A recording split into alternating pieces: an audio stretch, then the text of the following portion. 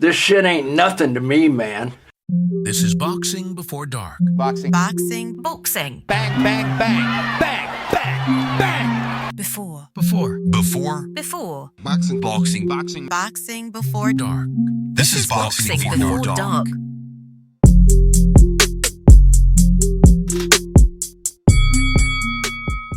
Okay. Boxing, Leo. Yes. We have so much boxing. Let me see. But the intro this week is go get a library card and actually use it. Yeah, I'll have that be the lead in. All right, let me get the fucking timer. All right, cool. Boxing Before Dark. We're back, baby. Yeah. Joined by I was Shinada. gone on a trip. It was so good, guys. If you're ever in Japan and you want to get out of the city but still want to only speak English and have no problems, I highly recommend Takayama. Takayama? Yeah, it's up kind of in the north. It's in the Gifu prefecture, but it has a outdoor museum of an old village that they set up, and every building has cards in English about all the items and where it came from. I learned a lot about silk farming. But like they're full buildings outside, it's a full village. And then the downtown area has an old shopping district that's very picturesque. And some of the souvenirs are really overpriced, but certain stores were crazy cheap. I got some beautiful little handmade things for like $2. Nice. And this tiny little ladybug magnet for 50 cents or 50 yen. So I don't know what that is in American, like 30 cents. Yeah, something like that. Yeah, it's crazy. And I got a fluffy little squirrel made out of rabbit for $3. Nice. Yeah, it's crazy. Oh, wow. You know what's crazy?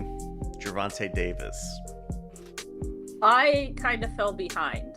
So he was out on bail, and then they put out a new warrant for him. Yes. For breaking his parole. Back when he was released the last time. Yeah. So he just didn't want to stay in the house that he registered? Is that what he did? Yeah, that's exactly what it was. That's so stupid. Like, I'm sure because it was his coach, right? Yeah. His coach's house? Calvin Ford, yeah. Yeah, I'm sure the house is nice. Like, he wasn't told he had to stay in a crack shack or anything. And it's, I mean, if you don't want to stay there, like, he got caught staying at, like, fancy resorts and things like that. I mean, if you're gonna break your probation, the terms of your probation, then you should probably not be public about it. Yeah, that's crazy. Yeah, but anyways, just bad choice after bad choice, Gervonta. Like, what the fuck? That warrant was rescinded. I just read a few minutes ago. Oh, was it? Yeah. Is it because he's on parole in a different state? I didn't read why. Just saw that it was gone, or that it was wiped away. Interesting. Manny Pacquiao joins the Team Boxing League. I don't understand what this is. I'm out of the loop. Team Boxing League was... There would be teams with different cities. Like, for example, Manny Pacquiao is going to be the team captain for San Diego. Okay. And they would send, like, 5 fighters in certain weight classes, and it's just one round. Like, one round at featherweight between those two, one round at lightweight, one at welter, etc. One round is kind of crazy. Yeah. I don't think I've ever heard of anything set up for one round. I've heard short fights, like 4-round fights or 3-round fights. Yeah, but it's the team as a whole completes the entire fight. Okay, so it'd be like these two for one round, these two for one round, these two Right. for one round, and then the team who wins 3 out of the 5 rounds wins. I think that's how it works. Interesting. I mean, it sounds like it would be good for like really young guys. Developing guys. Yeah. But I mean, it's kind of makes sense that Manny Pacquiao's in it. Like, he's almost 50. But yeah, 1 round is not too. It's not a lot. Tiring. Yeah. I could see Pacquiao being pretty good at 1 round. Actually, he's still got 3 minutes of explosiveness. Yeah, and you don't have to pace yourself. Yeah. So he's going to participate as a fighter. Like I said, team captain of the San Diego TJs. Interesting name for the team. He will move into an ownership position for Team Boxing League. And he will be the primary global ambassador. I've said this about a few things Manny Pacquiao does. I don't like him owning things and being part of the organization and fighting at the same time.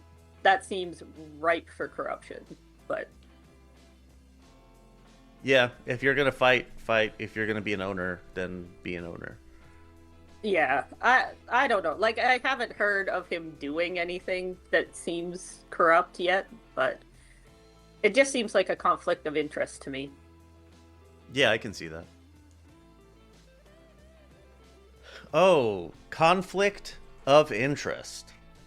We are interested in this conflict. Oscar Collazo will be rematching Melvin Jerusalem on March 14th. So that's fine. I mean, it's not a bad rematch, but I don't want to see anything except Jerusalem and Tataran. Like, that's my matchup at minimum. Collazo's probably just going to win again, I assume. I would expect he will, but this will get... Collazo will now have 2, or he already has 2, and then this is going to be a 3rd. Yeah, I'm not mad at the matchup. It's just I want the other one more. Does it say where they're fighting? I haven't seen. Yeah. I assume it'll be in the States on an undercard. Maybe Puerto Rico, if anywhere. That'd be good. Collazo doesn't get to fight at home very often. Speaking of fighting at home, Mickey Conlon will be fighting Kevin Walsh in Belfast on March 20th. Mickey Conlon's just cracked. Like, yes, I was very excited about Mickey Conlon going pro, and he just doesn't have the chin for it.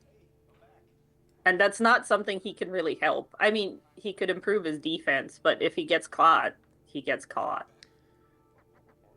Yeah, Mickey Conlon and defense. Yeah, I mean, it's not terrible until all of a sudden it is. You know what I mean? Yeah. Yeah. He's got pretty good defense, but if anybody gets through, he just has a glass chin. Like, it's porcelain. But I'll watch it. I like Mickey Conlon. He didn't have the chin for pro. That'll be on DAZN. So that's fun. Injustice. Lester Martinez will be fighting for the interim title on March 21st, while fucking Mbili is elevated to full title. Yeah. Did you see the interview with Lester on the Pro Box podcast? I did not. He's such a wholesome guy. Like, I don't know. I hadn't seen him speak very much, so the interview's all in Spanish. So obviously I'm going off subtitles. But he just seems so happy. Like, I don't know. I was a fan. I'm more of a fan now that I've seen him talk. And he just seems so, like, excited about getting opportunities. I don't know. Also, I didn't realize Guatemala has easy to understand Spanish. Like, I could pick out words. Oh, Lots of nice. those South American countries are very hard for me. But yeah, I would suggest people go watch the interview. It's like, I don't know, 10 minutes, and it just really made me more of a fan of Lester Martinez. Man, I'm over here being too busy being gutted that he's relegated to this. Yeah, I mean, I didn't recognize the name of the guy he's fighting. I don't know if you did. I don't really watch that weight class. It's a very difficult name. I can picture it, but yeah. So I'm assuming Lester's gonna win, and then he has to be in line for the winner of Canelo and Bealey, right? Is Canelo and Bealey happening? I don't think it's signed, but it's sanctioned. I don't really understand what that means. If Mbili wants to take that as a defense, then it's approved by WBC. I mean, Mbili'd be kind of stupid not to. That's a big payday. His name is Emmanuel Alim. Oh, that's not that difficult. It just it has a lot of extra letters. Okay. Yeah, so since Canelo and Billy is sanctioned, I assume that's going to happen. And I assume that whoever wins this interim gets that shot next. That's what I was saying in Discord was it's not often that the WBC calls for their interim titles to be consolidated with the main title. I do think that's the plan in this specific case, though. That would be good. And I think, I mean, that'd be Lester's biggest fight by a ton. So I think he should be rematching Mbili, but if this goes, he gets the winner of the Canelo and Mbili fight. I'm not mad at it, really. Like, if Mbili manages to beat Canelo, it becomes a super fight, at least in my opinion. And if Lester gets a Canelo payday, I'm happy. So, yeah. Honestly, I think at this point, Lester Martinez probably beats Canelo. At this stage, you might be right. Even at this stage, I kind of think. I don't know about Mbili. Mbili's so one speed. That's exactly what I was going to say. Exactly. Yeah. But Lester adjusts so well. Like, I really was impressed with him in the Mbili fight because he was losing, and then he managed to make adjustments and come back in the last half of the fight. I had Lester winning, but I mean, a draw is not crazy. Yeah, a draw was reasonable, but yeah, Lester winning to me, felt more reasonable. Yeah. So I'm just excited for Lester, and he seems excited. He's like, this is great. I'm getting shots now. People know who I am. He's like, I went home to Guatemala. I didn't pay for anything. It was amazing. People came up on the street. I was like, do you want a beer? Do you want some food? Have some food and the beer. How can I make your road to the title easier? Yeah, Lester. He joked about how he's gotten fat and needs to, like, get back in the gym and away from the public a little bit. Makes sense. Yeah. Let's see here. Santiago Taniguchi at light flyweight for Santiago's WBA, WBO titles on April 3rd. Same day, IBF minimum weight, Tatarán versus Perez. This is a Shadada card for sure. Yeah. I'm super excited for this one. Yeah, I made sure to jot these down for you. I think Santiago probably wins, but it'll be fun. And I hope Tatarán wins because, like I said, I still want that Jerusalem Tatarán fight. So, is Jerusalem Tatarán, is that still if we're assuming Jerusalem is going to lose and not have a title anymore, does that lose its luster? Not for me. Maybe a little bit. I really wanted the Filipino unification fight. Like that was my dream fight. I really wanted them to put that on the Manila card, the 50th anniversary of the Thriller in Manila, but they didn't. So because they're lame. But I still think it would be a huge fight. And I think it'd be cool if they did it in the Philippines, but I mean, I guess minimum weights don't draw very well. Even if it happens, it's going to be on an undercard, probably somewhere else. Yeah, they don't get to command much of where they go or who they fight. Yeah. But I thought that was a perfect setup for that anniversary card in Manila, and they just didn't make it happen.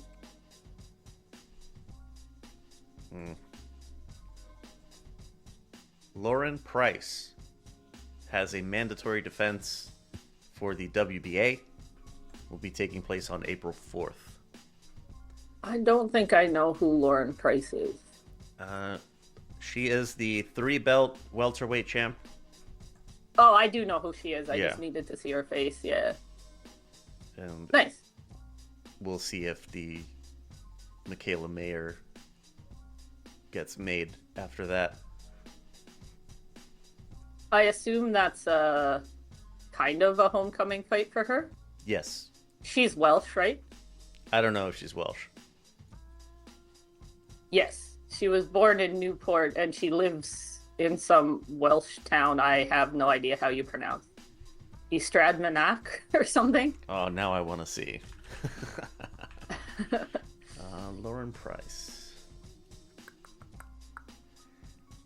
Oh, shit. I think Stradmanac is probably close. That's, I think, as good as it's going to get. I have no idea how to read Welsh. But that's cool. I like when fighters get to go home.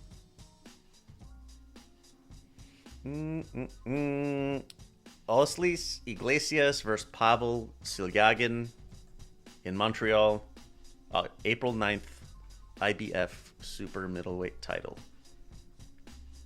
Yeah, I'm expecting this to be a one-sided beatdown. Right.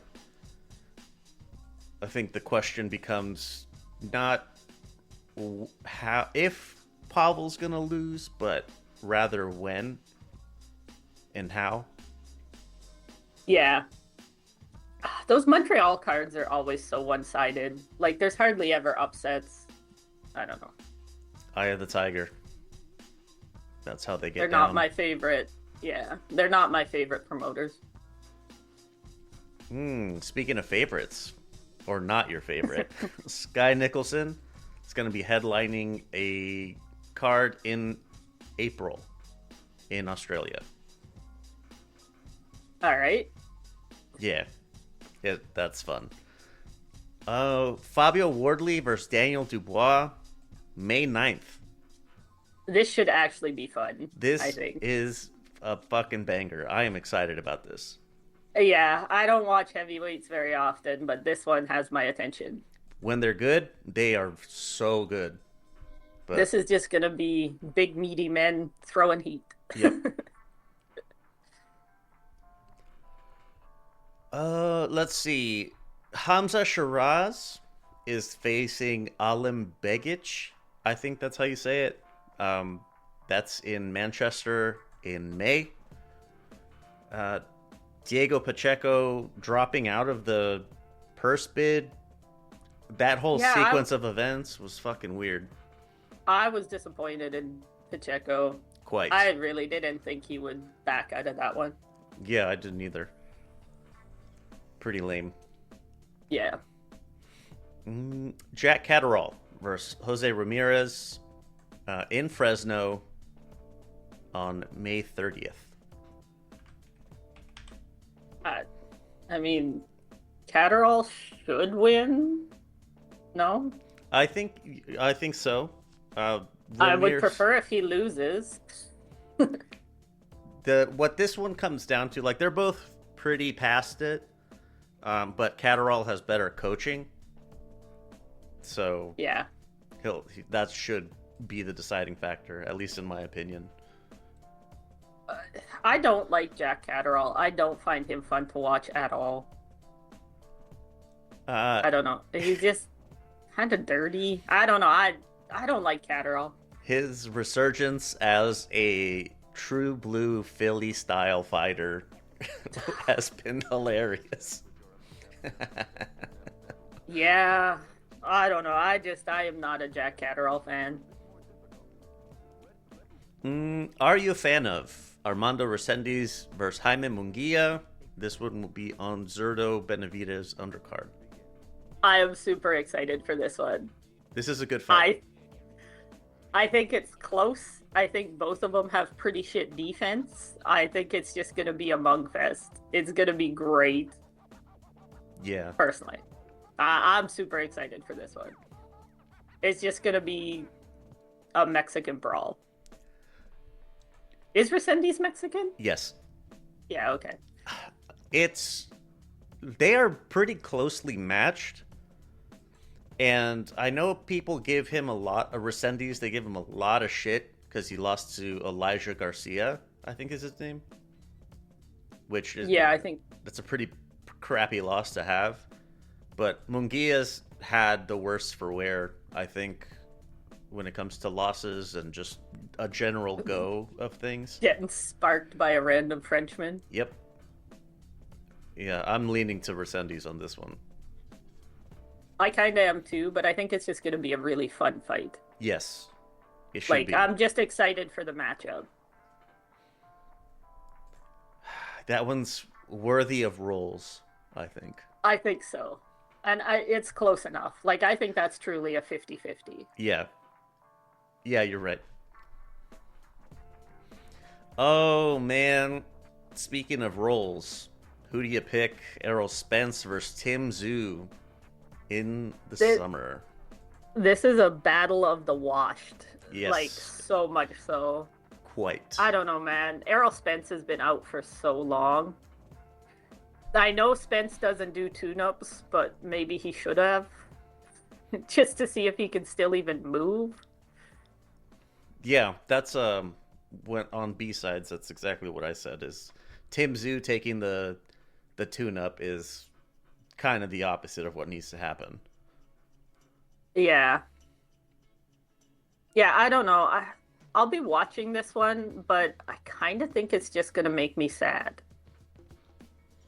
Because either Errol Spence is completely washed and loses to Tim Tszyu, which shouldn't happen, but I can see it happening, or Tim Tszyu's career is over, which also makes me a little sad. I think the loser goes home on this one. I think this is a last-ditch effort to salvage any shine from Errol Spence and try to rehab Tim Tszyu's image with the win over Errol Spence. Yeah, I think, that's a good way to put it. This is both of them trying to save their career. Yes. And Errol Spence not taking a tune-up after 2+ years. Man. After a beating. Yeah. I know Errol Spence always stays in shape. I've never seen a picture of Errol Spence where he wasn't just ripped, but... He did let himself go after the Crawford fight, yeah. I don't follow Spence super closely, but, the last kind of interview thing I saw, he looked like he was in good shape, but Tim Tszyu's pretty washed, but being in good shape isn't enough to beat Tim Tszyu. Yeah. Saul had an interesting take, which was, I'll believe it when I see it. How many times over the last 2 years have we heard Errol Spence is coming back against X, Y, or Z fighter? That's true, but I do think Tim is the least dangerous opponent that they've proposed for Spence in a long time. Yeah, I agree. I can see this one happening. I don't particularly disagree with Saul. Spence has a history of not not actually fighting. Everyone he says is in the works or almost signed, but I could see this one happening. This is the safest opponent he said he's coming back to. Yeah. This one fucking just really fucking pisses me off. WBC strips Shakur Stevenson for not paying a sanctioning fee in his last fight, which was at a different weight class for a different organization, and they expected him to pay a fucking sanctioning fee. Jesus. Yeah, this one's just weird. I saw an interview with WBC is Mauricio. Yeah. And I mean, I don't know how any of this shit works, but he said that they wanted to make a special belt for it, and that something and something about rules, and it's a flat fee for this one or whatever. It's all just kind of bullshit, though. Yes. I don't know. The whole situation seems stupid. Like, WBC always bends over, or they bend their rules Constantly. Yeah, typically for Mexican fighters, but they do it for money guys mostly. And I like skipping. Shakur is a money guy. Right. Skipping this one bullshit fee in order to keep the belt on Shakur, have him fight for that title more often, is going to get you more money. So yeah. This was an interesting hill that they chose to die on. Yeah, I didn't, even him explaining the situation, I didn't really understand it. Yeah, because he's full of shit. Yeah, well. Usually they have at least some logic you can follow. Right. Yeah. Man, logic you can follow. Matchroom signs an 8-show deal with Fox Sports Australia. I believe that counts for New Zealand as well. I mean, TV deals are good. Yeah, get after it. Yeah. I don't want to see Matchroom die. I know they're not everybody's favorite, but they're a big, active promotion company. Given the state that boxing is in right now, I do not want Matchroom to even get a boo-boo. Yeah. So, I would put this as good news. Yes. I think Sky is going to be headlining the first one. I think that's what they're trying to do. I don't think that's a particularly bad choice. I mean, I don't like her, but she's good looking. I mean, it's gonna. Yeah, she's pretty and talented, and she's pretty good in the interviews. Like, yeah. She seems like an all right person. Yeah, she's not a bad kind of figurehead for. The only problem is her fights are so boring. Yeah. I don't like when when boring people headline the broadcast for, I know it's not free TV, but like TV that a lot of people have, because then it just kind of especially females, it's like, oh, female boxing is boring. It almost chases casuals away. Yeah, and like your only sell with Sky as the headline is that she's good looking. And I don't particularly like that either for female boxing, but I know it's how it works. But... Yeah, it's unfortunate. Like, Chernika should get a good rub from this, though. She's a lot more exciting to watch. That's true. Speaking of exciting to watch, Yuriorkis Gamboa and Lee Selby are going to BKB, bare knuckle boxing. They're not fighting each other. It's just they're both. I saw them both. They're both going to that promotion. Gamboa's gonna do well there, I think. Yeah, he's gonna do like Austin Trout did. with Yeah. BKFC. I mean, I don't watch bare knuckle boxing. I'm not particularly opposed to blood, but that's just too much for me. The cuts are fucking atrocious. Yeah, I say it anytime like bare knuckle comes up. The last time I watched it, I watched a woman get punched in the eye, and she later lost that eye, or at least lost the use of it. I'm like, I'm good. I don't need to watch this anymore. Yeah, bare knuckle's too bloody for me. I don't mind in boxing when there's a bad cut because it's not every fight. But every bare knuckle fight in every bare knuckle organization, there's just blood everywhere. Even Muay Thai isn't that bloody by comparison. Yeah. This was on the rumor mill. Not sure how much veracity there is to it, but Devin Haney versus Manny Pacquiao is being explored. I don't want to see that. I don't either. I don't want to see Manny Pacquiao fight, like, at all. Except for maybe Team Boxing League. Yeah, or like a Mayweather rematch because Mayweather's broke as fuck. But like, I don't want to see Manny Pacquiao in there against champions. I just don't. It's not fair, number one, and we talked about that at length with the Barrios fight. But number two, Manny doesn't deserve to be there. And it's dangerous. With Barrios, you have he's not that good, so it's a little bit more even. But Devin Haney is gonna put a fucking shellacking on Manny Pacquiao. Yeah, and it's going to be an embarrassment for such a legend, a living legend. Yeah, I really don't want to see this. I don't want this in any way, shape, or form. I'm gonna call Bill Haney right now. Tell him to stop. Yeah, just stop. Yep. Man, speaking of broke Mayweather, files a $340 million lawsuit against Showtime and Steven Espinoza, former president of the former Showtime Sports. I don't even know where to start with this. One, it's been 10 years.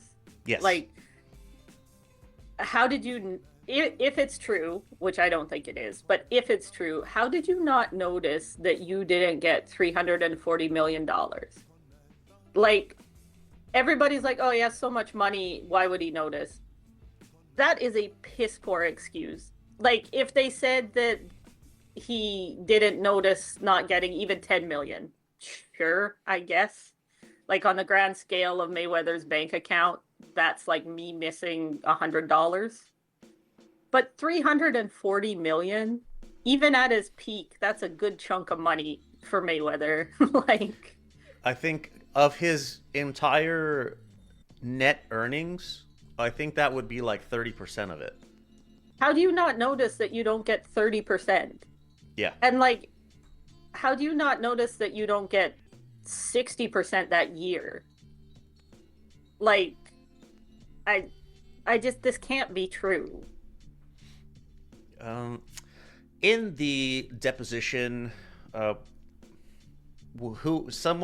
he's alleging that Steven Espinoza and Showtime routed money to accounts that were owned by Al Heyman, but Al Heyman is not named in the deposition.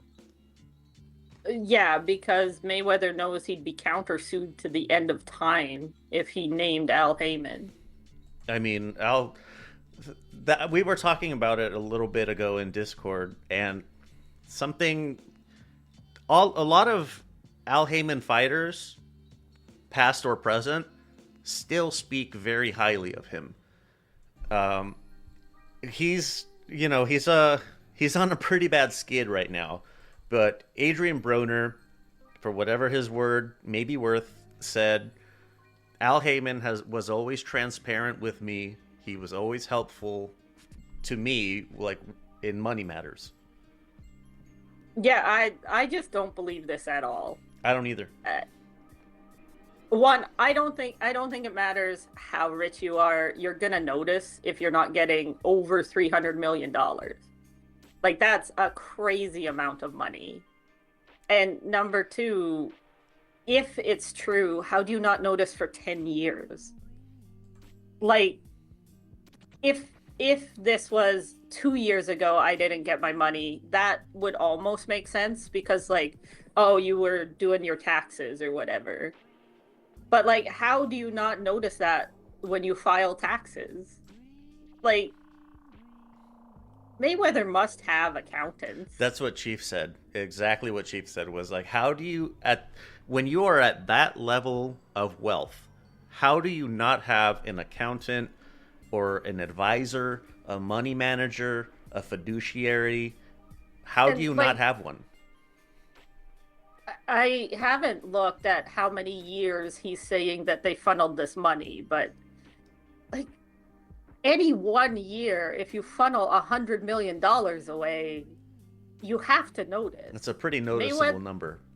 Yeah, Mayweather was not making 500 million a year.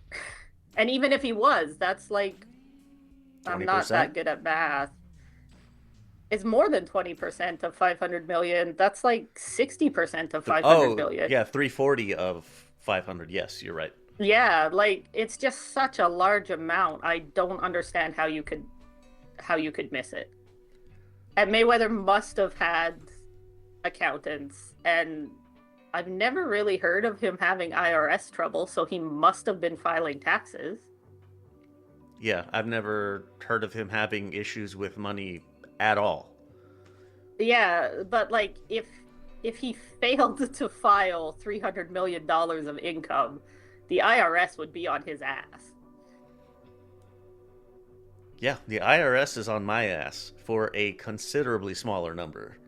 Exactly. And like whatever the taxes on $340 million is, if he paid that out of pocket, his accountant would notice. Like, I don't know the tax system in America, but that's literally millions of dollars of taxes, isn't it? Yeah, tens of millions. Yeah, like, how do you pay that much taxes and not notice that you didn't get the money? This can't be true. I don't understand how this could possibly be true. We were perusing Mayweather's public social media stuff. He recently purchased a jet that's worth $65 million. He's on the hook at a jeweler for $1.5 million. And he owes a real estate developer in New York about $500,000. I can 100% believe that Mayweather blew this money. Yes. But I can't believe that he didn't get it and didn't notice. Well...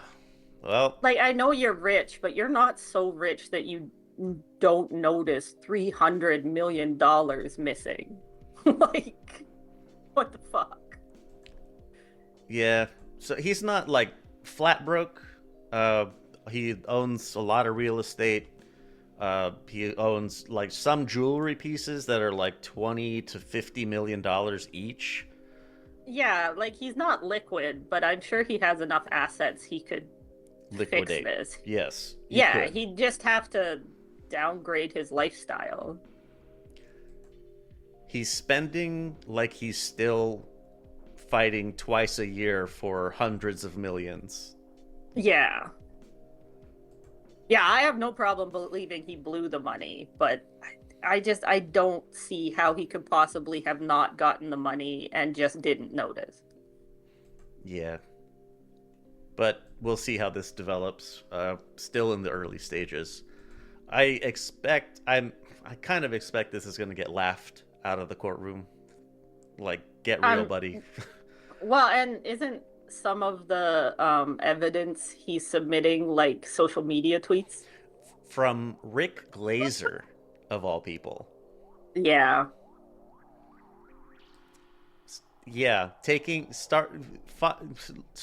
Showtime and Paramount for $340 million on the word of Rick Glazer.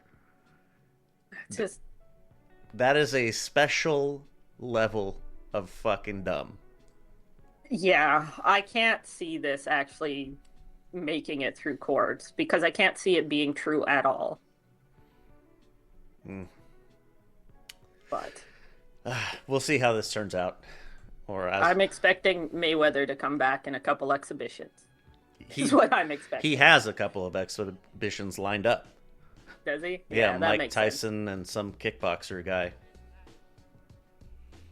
All right. Let me put some notes in here. Social media stuff. LVX Media Net. All one word.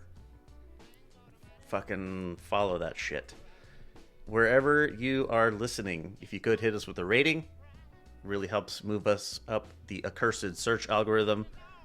And if you're feeling a little extra, a review would not go amiss. If you would like a boxing calendar, if you'd like to see one that's pretty well put together, if I do say so myself, pretty thorough, you can go to lvxmedia.net and just scroll down, and it's right there.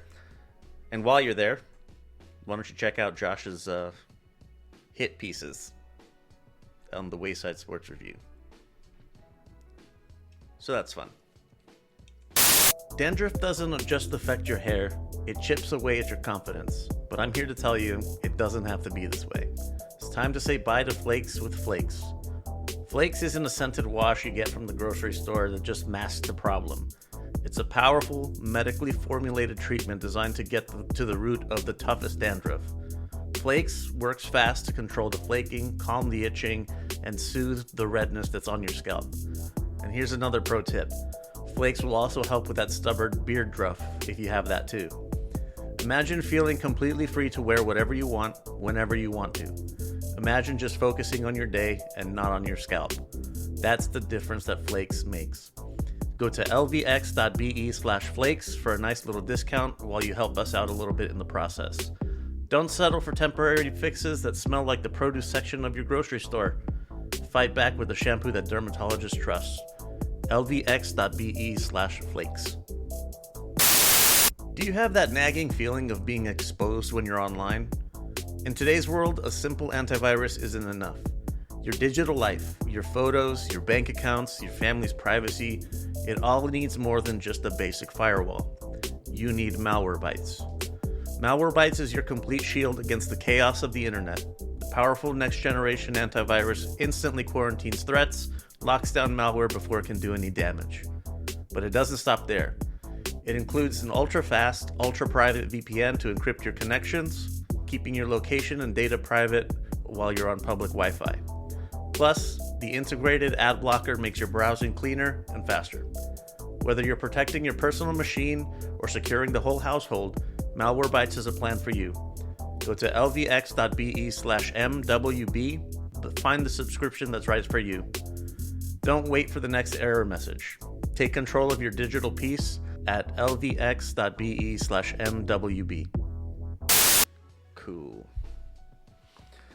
Recaps. We have a few to get through because you were not here. And sorry. These are good cards, so I didn't want to skip them. Like Pro Box TV on Friday, January 30th. It was a Pro Box card. It was a little bit more decision heavy than we're used to. Yeah, it was still a solid card, but we're spoiled with Pro Box. That's exactly what I was going to say, is we've been spoiled by Pro Box, so this one seems like a dud just by comparison. It's still a million times better than any Eye of the Tiger card that's ever happened. Yes. Let's see. Suleiman Sagawa dropped the ball. My boy. To Rene Palacios. And Brian Flores, majority decision over Starling Castillo. Moving on. Saturday, January 31st. Did you see this one? I saw the main event later. but I missed everything else. Dina Torsland was as dominant as we expected. Excellent. I'm glad to hear it. I really like Dina. Yeah, she was good. And in the main event, Jakub Bank gets the stoppage in 12 over William Skull. How shit is Canelo? That's what I was gonna bring up. I honestly feel like the stoppage was a little suspect, and I think that it was in the last 15 seconds of the fight. I think that they did it so that Jakub Bank can say, I stopped the guy that Canelo couldn't. I do think Skull could have made the bell. Yes. Like, I wouldn't have been mad if they hadn't stopped it, but it's also not the worst stoppage we've seen. No, it's not terrible, but... Yeah. I do kind of feel what you're saying, and I can see that point of view for sure. But, I mean, Skull was losing on the cards anyways. And Jakub Bank did put a beating on William Skull that Canelo couldn't, or didn't. Exactly. So, yeah. Either way, he did better. Yeah. Jakub Bank was cutting off the ring very nicely, I thought, actually. And Skull came in a tracksuit. We expected that, though. Yes, you're right. Or I expected that. But I think Bank looked pretty good. I will probably watch his next fight now. And he stopped William Skull when Canelo couldn't even really hit him very much. How shit is Canelo? Canelo is so washed. He never had great footwork, but now it's just kind of really bad. I think Jakub put it in better perspective for me personally, seeing like this is what it looks like to cut off the ring against the guy who's planning to run the whole time. Yeah. And maybe it's because Bank had more film, because I'd never heard of Skull before Canelo, but if Canelo was as good as he was, yes, he should have been able to cut off the ring. This was for a secondary title in the WBO, so expect Jakub Bank to get the first crack at the winner of Shiraz Begic, which is probably Shiraz. I would assume so. I don't know how that fight goes, because this is the only Jakub Bank fight I've ever seen. I don't know much about him, but Shiraz is a mover as well. Different kind of mover, but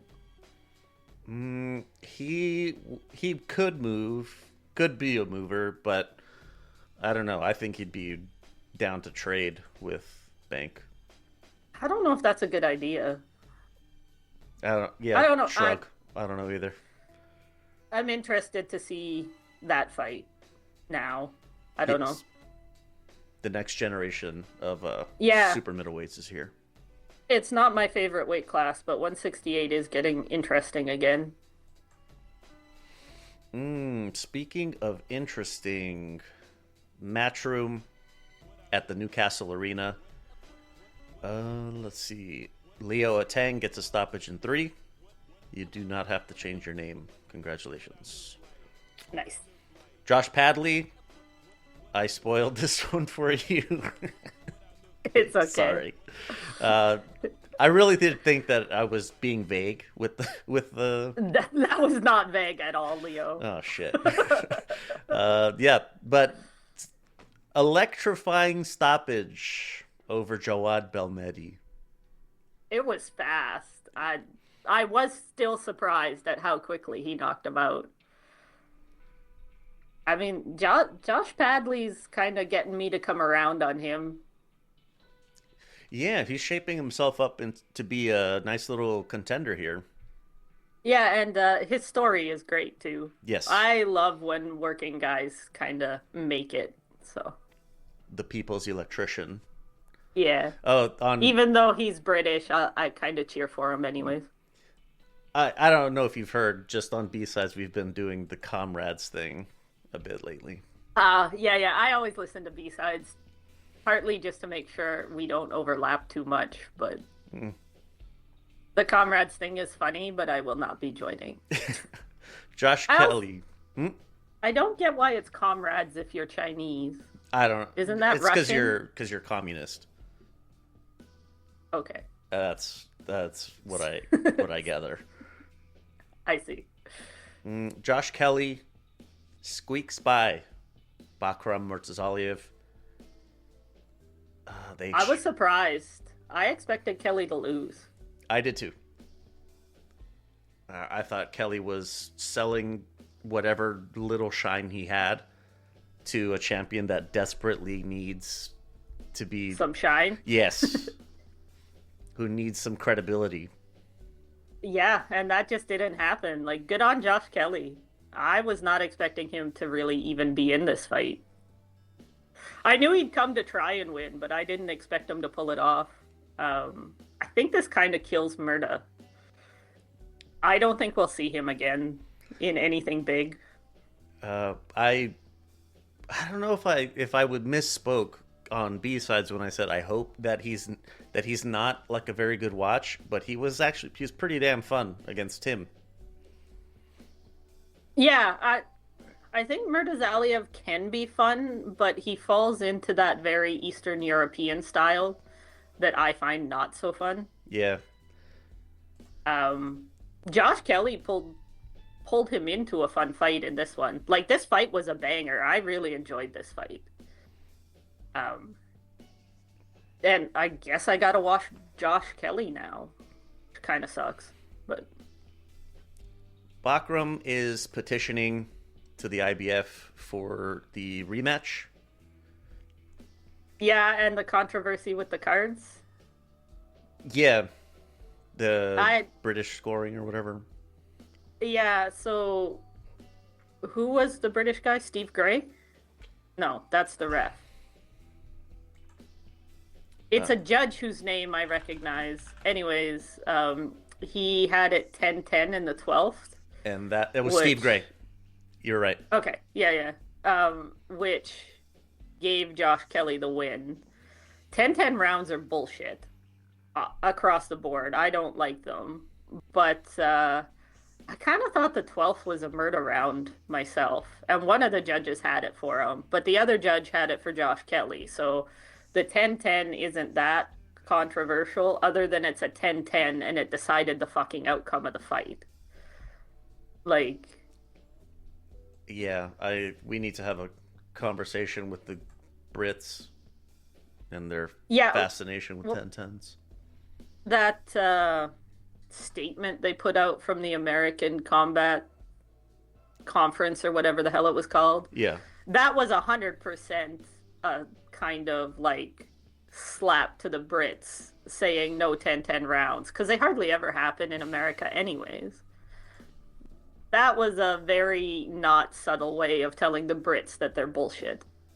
And then this happened shortly after.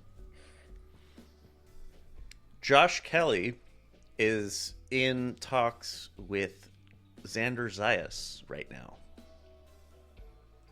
That's what they're looking to do. I mean, I kind of agree that Murda deserves a rematch. I think so too, given how close it was. Yeah, but the Josh Kelly Zayas is a bigger fight, I think. Oh, definitely. Murtazaliev is not a very marketable fighter. Even though this fight was a banger, I don't think anyone cares about Murtazaliev, which is a mean thing to say, but like, he's nobody's favorite fighter. Yeah, he's probably not even his mom's favorite fighter. As the saying goes. Yeah. I did kind of put this as an early fight of the year candidate. Yeah, deserving. It's on my list now. Yeah. Let's get to Xander Zayas here. In San Juan, Puerto Rico, really quickly, Juanmita Lopez gets a UD with Connor Goad. They were calling him Little Canelo just because he was a redhead. But all right. Yeah, I was expecting a stoppage win, just because he had him in trouble a few times. But oh well, it was only his fifth fight. What are you gonna do? Giovanni Santillan gets a UD over Courtney Pennington, and Xander Zayas split decision win over Abbas Baru to unify the WBO WBA super welterweight titles. Yeah. Who I think 8-4 for Baru? I don't know about that. That card was pretty out there. I was cheering for Baru, and when they announced that card, I was like, what the fuck? Zayas definitely won that fight. Absolutely. Yeah. And he looked pretty good in it, actually. Yeah, the maturation of Xander Zayas is unfolding before our eyes. The guys think that these titles are now going to be held hostage by Top Rank. Mean, if he fights Josh Kelly, that's a pretty dangerous fight. That is a damn good fight. Yeah, I mean, Zayas should win it, but I would not consider that holding the belts hostage. That's a dangerous opponent. Yeah, that's what they came down with was we're not going to see Zayas in anything relevant or notable, and he's 23 now, not till he's like almost 30. I mean, that's a possibility. Top Rank really does lock protect shit their guys. down. Yeah. Yeah. But if he takes the Kelly fight, I can't be mad. It's a good one. Yeah. I guess we'll have to wait and see. I wonder if Top Rank will have more trouble doing that now that they don't have a broadcast home. Ooh, you're right. Like, they're going to have to put their guys against other guys to get on TV. And Josh Kelly, I'm sure Eddie Hearn is fucking foaming at the mouth for that one. Yeah. I think it's going to be a lot harder for Top Rank to protect their guys now that they don't have a home.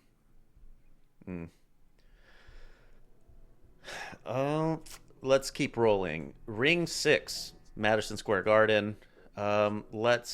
We have quite a bit that was worth mentioning here. Emma Williams gets a funky decision against Wendy Toussaint, who came in on like 12 hours notice. Yeah. He didn't manage to get the stoppage. That raises some serious question marks. If you didn't Wendy's have him already. always there to win. He's tough, yeah, for sure. But 12 hours notice and you can't get the guy out of there, that's crazy. Kevin Castillo gets the UD over Saudi plant Ziad Al-Mayouf. This was good for my heart. Fantastic. It was just fantastic. Yeah. Where can I send Kevin Castillo flowers? Oh shit. Gerald Miller loses his hair en route to a split decision win over Kingsley eBay. This is the best thing that's ever happened to Jarrell Miller. Yes, it is. Wasn't he on like Jimmy Kimmel after this? That's crazy. Yeah, everybody wanted a piece of him. Also, whoever his hairdresser person is, they failed. Because there are definitely people that can glue those wigs on that would stay.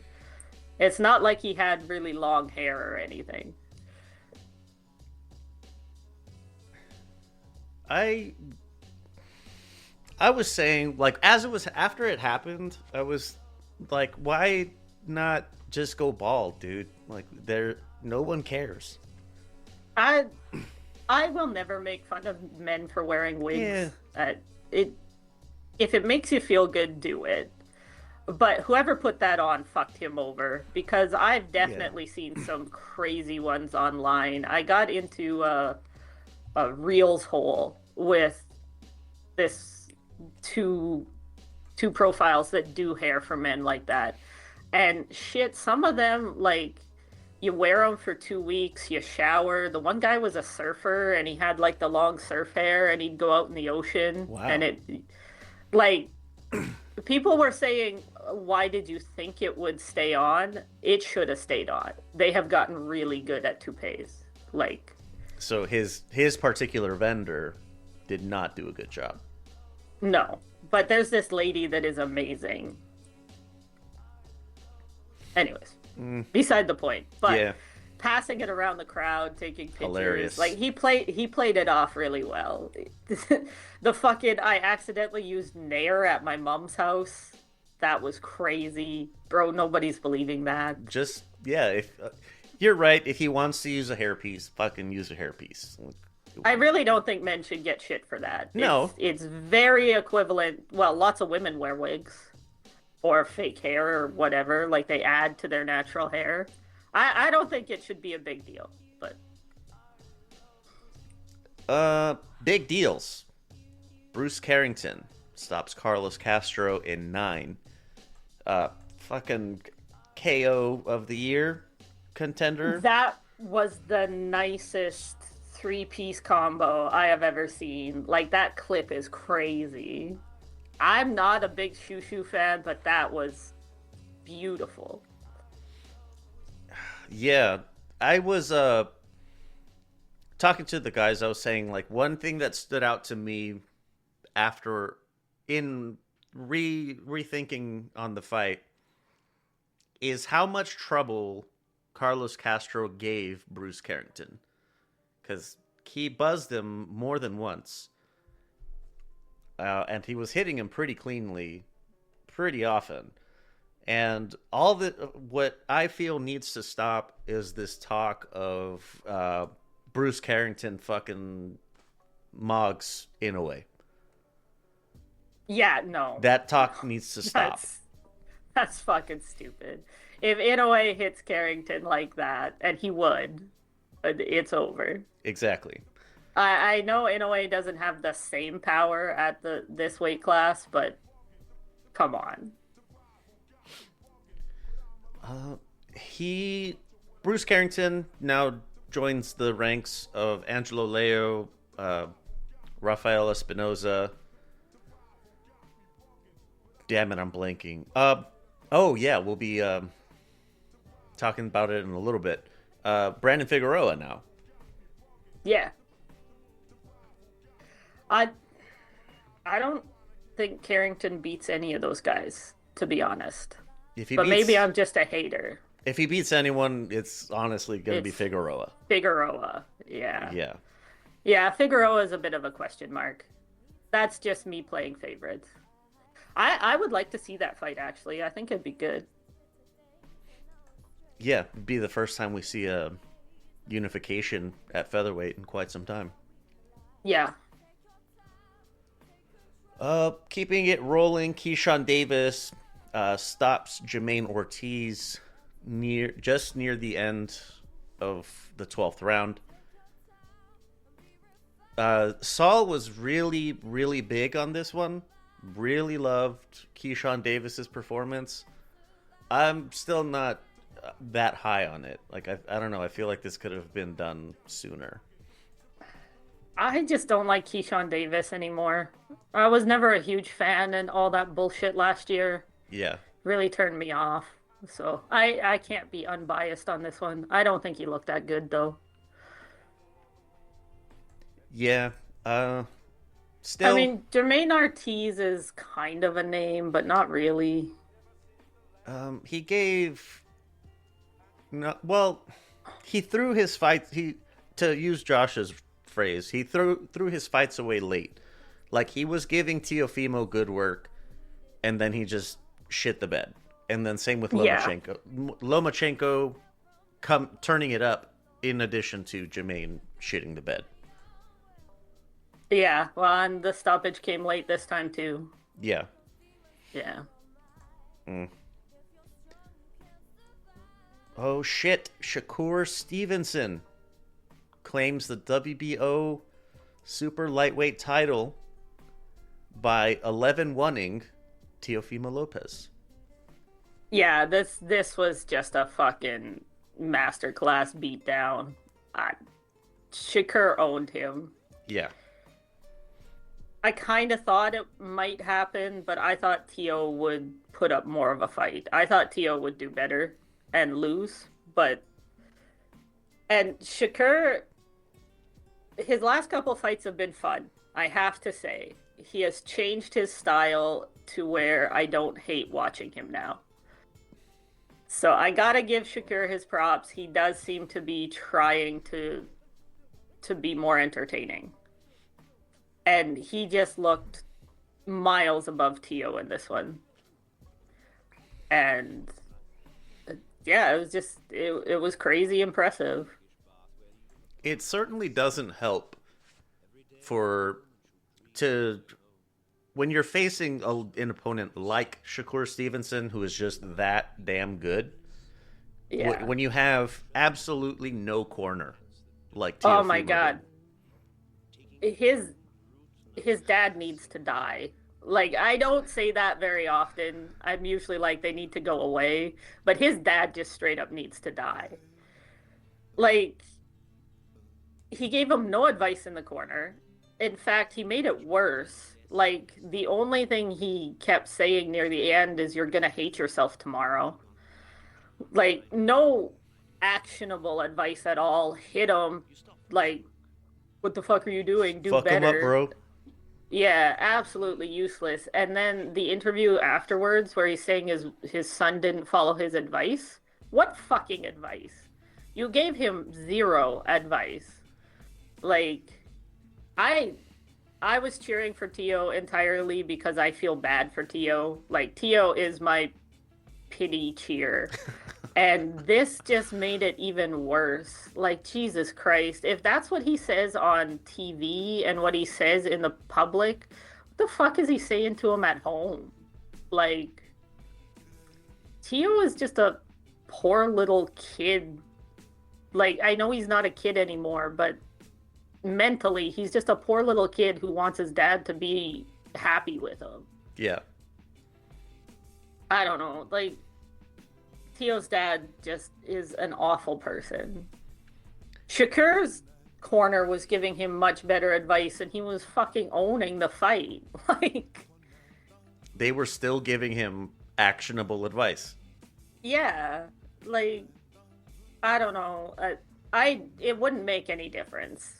Like, I don't think having a good corner would have saved Tio, but Tio needs somebody who can actually help him. He's in there alone, fighting by himself.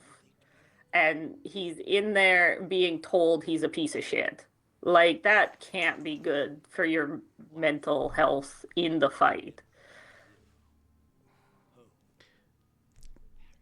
When Sean Porter fought Terrence Crawford, Porter was owning the early rounds on activity, and then Terrence Crawford started doing what he does. And it was over. It was lights after that. And then Kenny Porter, who is his dad, Sean's dad, and his coach, was saying kind of the same things. Like, he didn't listen to me. He didn't have a plan. He wasn't working hard in the gym. And I was like, man, I would very much like for you to be hit by a car. Yeah, like, you can't. Like, I love my dad, but if he said something like that to me, I would just straight up punch him in the face. Like, what the fuck? For Tio Senior to be making the press round saying he didn't have a game plan. It's like, bitch, you're the coach. That's your fucking job. Your job is to formulate the game plan with your fighter. And help him in the ring and help him adjust with actual advice that he can follow. It doesn't have to be, like, fucking profound, but I don't know, like, more lateral movement, or when you pull back, make sure you don't leave your chin up, or all those things that people say. Like, yeah, fucking any of it would have been better than you're gonna hate yourself tomorrow. Yeah, I fucking hate you, Teofimo Senior. Tomorrow. I hate you right now. Like, I don't know. Shakir looked amazing. Better than I expected. And Tio's corner made me really, really sad. Is kind of my summary of this fight. I feel so bad for Tio. Yeah. Let's keep it rolling. Sunday, February 1st, Zuffa Boxing 2. This was unfortunately a very fun card. The prelims were whatevs. I didn't watch the prelims, to be honest. But Hot Rod Kalajic stops Alexander Vozdik in 7. This fight was fun. This Yeah. is my kind of fight. Yeah. I like Hot Rod. I'm glad he won, actually. Got off the canvas to nuke Vozdik, who was kind of cruising at that point. Yeah. A pretty good comeback, yeah. Sergey Bohachuk, split decision over Ratsa Butayev. Clobbers, 2 clobbers. Yeah, the vintage Sergey. I mean, this is why I love him. He just stands in there and bangs. And a bloody Jose Valenzuela UD over Diego Torres.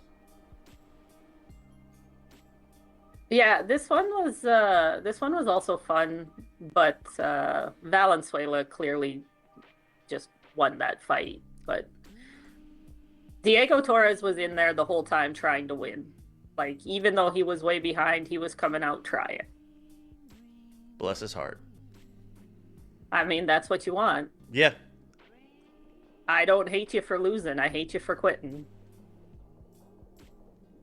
Oh, I don't want to give Zuffa more time. They have more shit coming up, but God. I still want to shit on the stupid fucking uniform. It's garbage, and I hate it.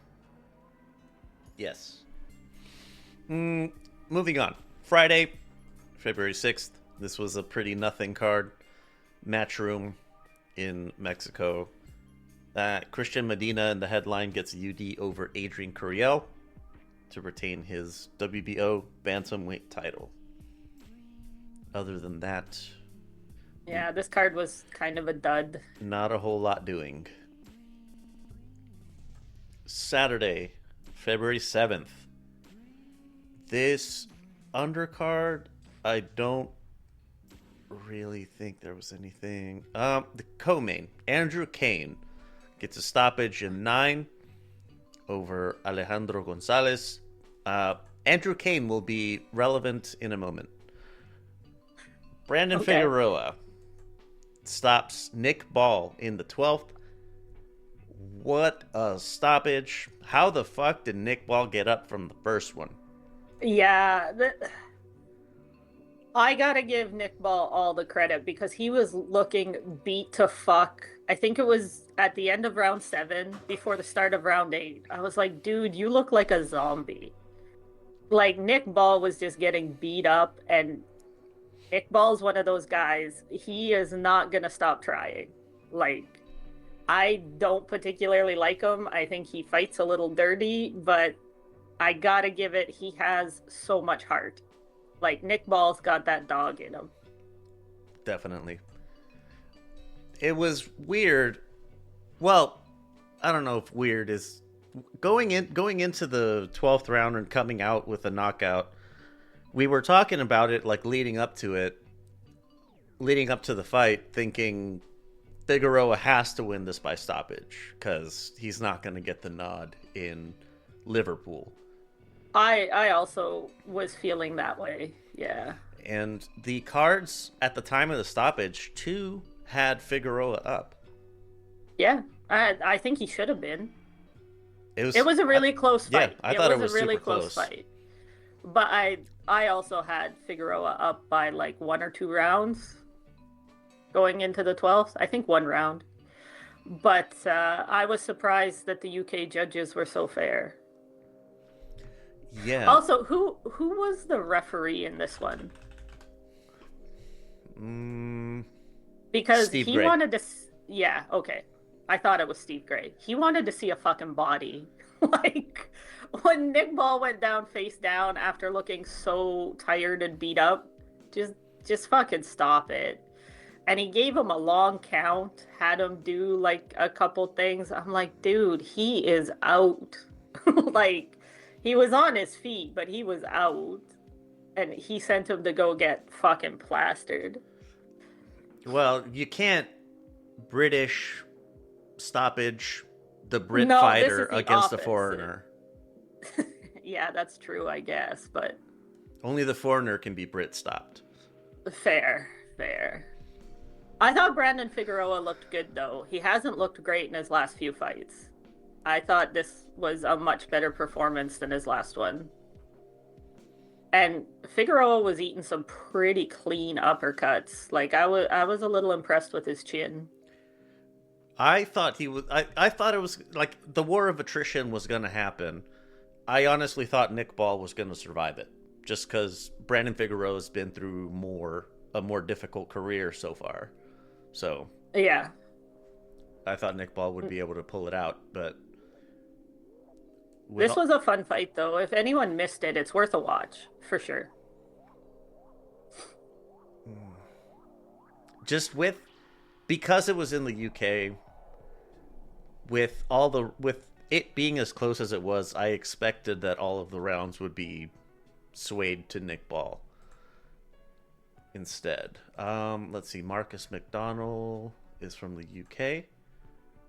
Jean-Robert Lane is from Monaco. And Glenn Feldman is from the US. Interesting. I had no problem with any of the cards at the stoppage. I thought it was judged quite fairly. Yeah. Yeah, the 103, 106 on Feldman and McDonnell, both. So even the Brit judge had it to Figueroa. Yeah. All right. Yeah, this was as even keel as you can get. But Steve Gray wanted Nick Ball to fucking die.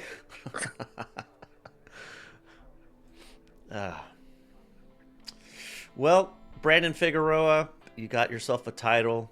2 divisions now. They were saying 3 division on the broadcast for whatever reason. It's a little weird. I don't know if they were doing that thing I do. I sometimes mix up Figueroa and Fundora. They don't look alike at all, but they're both tall and their names start with F. Yeah. That's all it is.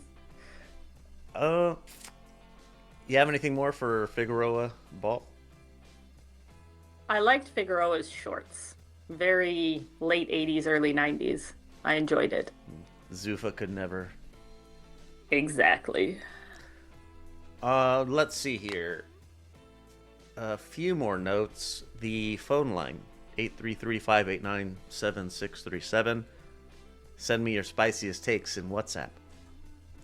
If you'd like to join us in Discord, lvx.be/Discord. And if you want some behind the scenes and ad-free stuff, lvx.be/Patreon. What if your best thinking day wasn't a lucky accident? What if you could access that clarity, that sharp focus, that feeling of being completely on whenever you need it? We live in a world of distraction, where mental fog can settle in before noon. You need a natural edge, a simple way to clear the noise and elevate your mind. Introducing psilocybin, the daily supplement powered by extraordinary magic mushrooms. For centuries, these mushrooms have been revered for the unique compounds that support brain health in very groovy ways. Psilocybin has harnessed that power, making it easy to integrate it into your daily routine. When you take psilocybin, you're not getting a jolt of caffeine or a rush of sugar. You're nurturing your mind's long-term health and inner tranquility. Experience better focus for complex tasks, sharper memory recall, or a consistent, calmer energy throughout the day. Whatever you need, psilocybin has a supplement for you. Ready to cut through the mental clutter? Are you ready to tap into your highest potential? Go to lvx.be/soul.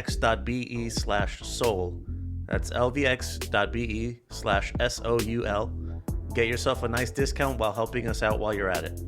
Unlock your mind's clarity with psilocybin. Look around you. The food on your plate, the plants in the garden, they all depend on one tiny little hero, the honeybee. But bees are struggling, and the health of our planet is at stake, not to mention a third of what's on our dinner plate. Project Honeybee steps in with the belief that saving the bees can start with something beautiful. With a catalog of stunning bee-themed jewelry, necklaces, earrings, and charms that capture the spirit of the hive. When you wear a piece from Project Honeybees, you're not just wearing art, you're wearing your commitment to the buzzing buddies. Every single purchase directly funds conservation efforts, creating safe bee habitats, sponsoring research, and educating communities. It's beautiful jewelry with a purpose. Go to lvx.be/bees to get yourself a nice little discount and help us out in the process. Make an impact and look incredible while doing it. Find your next piece today at lvx.be/bees. Wear the change. Buzz, buzz, bitch. All right. Now, into the upcoming stuff. Thursday, February 19th. I don't know who these people are except for Jin Sasaki. Yes. But I think I know who Kai Watanabe is, but not worth talking about. Yeah, honestly, even Jin Sasaki's comeback fight is not really worth talking about. I think it's fine. I mean, it's definitely a soft touch comeback fight. Marlon Pagalpalan. Yeah. Excellent. Saturday, February 21st. I'm so excited for this one. For Matchroom Yeah. at the Nottingham Arena. What do we got here? Dave Allen against TBA. Meatball Molly McCann Molly is back. Sandy Ryan for a vacant title. Ishmael Davis, I think, is defending his British title. And Lee Wood versus Josh Warrington. I want Lee Wood to knock out Josh Warrington so badly. Anything to end the Warrington. Just send him home, please. Yeah, forever. Yes, just Yeah. I do not want him fighting anymore. I don't know why I'm so excited for this one, but I have been excited for this since they announced it. It is top level Brit slob. Yes, it is the not cream of the crop, it's the fucking cream of the slop. Yeah. Excellent. I'm excited. Lee Wood better land that right hand or I'm going to be so sad. The Ring. High stakes. Since on DAZN in Vegas. We talked about this card before when it was like a few weeks ago when it was finalized. They've since added two more. Joshua Edwards and Amari Jones, I think. I don't know who they're fighting, though.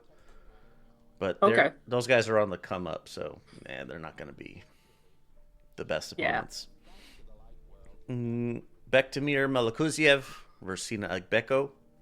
This might be like a surprise fight of the night. I could see this being a banger. Yes. Should be fun. Frank Martin versus Nahir Albright. Should also be fun. Yeah, Albright took getting jumped by the Davis brothers and turned it into a fight on the DAZN pay-per-view. A ring card. Yeah. I mean, good on him. Richardson Hitchens defends his IBF super lightweight title against Oscar Duarte. I'm going to be pulling for Oscar in this one. Same. I really hope he pulls off the upset. I don't know how likely it is, but anything to move like Richardson Hitchens like out of the spotlight. Yeah, Anything. I am not a fan. I do not like Richardson Hitchens. Gary Antoine Russell versus Andy Hiraoka for the WBA super lightweight title. This is the main event in my heart. I'm excited for this one. Yeah, this is the people's main event. Yeah. Personally, I don't think Andy Hiraoka is as good as people think he is. I think Gary Antoine Russell is going to expose him. But I might be wrong. I don't think Andy's going to win. I just hope he has a good showing. Yeah, I don't want Andy Hiraoka to like disappear or anything. I don't dislike him. I just don't get the hype around him. He's really athletic. That's the best I got. Yeah, he's not bad. I don't get the hype. But hopefully Gary shows us all his limitations. Speaking of not living up to the hype, Mario Barrios defends his WBC welterweight title against Ryan Garcia. I just want Ryan Garcia to go away. Yeah, I don't think he's going to win, but I want Mario Barrios to win. This is the most mid of mid-offs, in my opinion. I honestly do think the draw would be fucking hilarious. I would. I don't think it's going to happen. I honestly see this one ending in a knockout either way. I would love a draw. It would just be too good. A draw would be perfect. I would absolutely love it. But I kind of also want to see Ryan Garcia knocked out by the worst champion in boxing. So.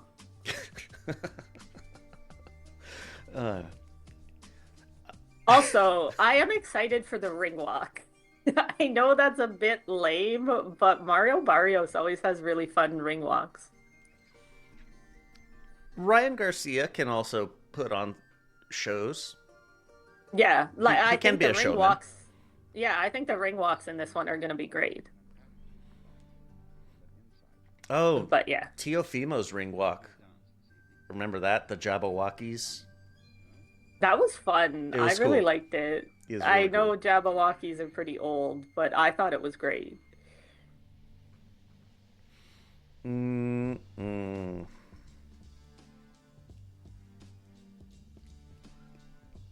Anything more for Barrios Garcia? I was about to say Barcia. No. I just hope Garcia loses. All right, last thing. Sunday, February 22nd. The GWOAT, as she likes to call herself, Clarissa Shields, Undisputed Heavyweight Championship, rematching Franchon Cruz DeZern. I'm expecting this to be pretty one-sided. It's going to be a wipeout. I have a bit of a tangent, though. Wasn't it Clarissa Shields that had her weave come out in the middle of a fight? Did she? Yeah, it was years ago. I should Google it and make sure. But I'm pretty sure it was Clarissa Shields, and her weave started coming out, and the corner was like, do you want your hair or do you want the belt? It's not as famous as the one this week, but... Was it not Clarissa? I think it was.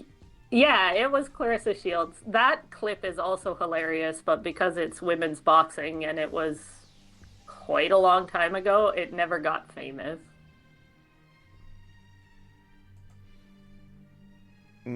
Clarissa's one of those people, she has hair, but she like puts fake stuff in it, or like adds to it. Yeah, to accentuate. Yeah. Yeah, and it was a really funny moment. The corner, because she was like trying to fix it in the corner, and she was telling them how to put the pins in properly and stuff. And the coach is like, I don't think he swore, but he was like, "Bitch, do you want the hair or do you want the belt?" And it was really funny. I'm surprised it hasn't come up with the the recent hair fiasco. Yeah. But I guess maybe that just isn't as famous a moment. And Clarissa was very embarrassed by it. She probably tries to keep it low key. But I expect Clarissa's just going to beat the crap out of this lady again. Clarissa's just levels above the other women in all these heavy weight classes. Yeah, there's nobody there. Yeah, one, Clarissa is good.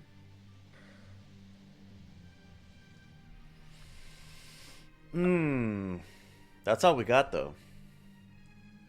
Not a bad weekend of fights. Not bad. Oh, shit. Let's see. We are heading into the ring. High stakes. Parting words. Chocolate's gonna be on sale. I'm excited for the chocolate sales. Oh, yeah. That's right. Yeah. I'll have... They're going to be on sale soon. Excellent. Yeah. I'm spending my Valentine's Day watching the one card, so... Big plans. Well, as we record on... Well, for me, it's Friday evening. On the 13th. I think I'm going to take myself somewhere nice tomorrow. Nice. Yeah. No, I'm eating leftover takeout and watching kickboxing. Not a bad way to spend the day. No, I'm perfectly happy with it. Oh man, we've been going for quite some time here. Holy shit. Yeah, sorry, Leo. Nah, we had a lot to get over. So, to go over. Go over, fucking mixing up words. That's it for this edition of Boxing Before Dark. See you later, bitches. Bye.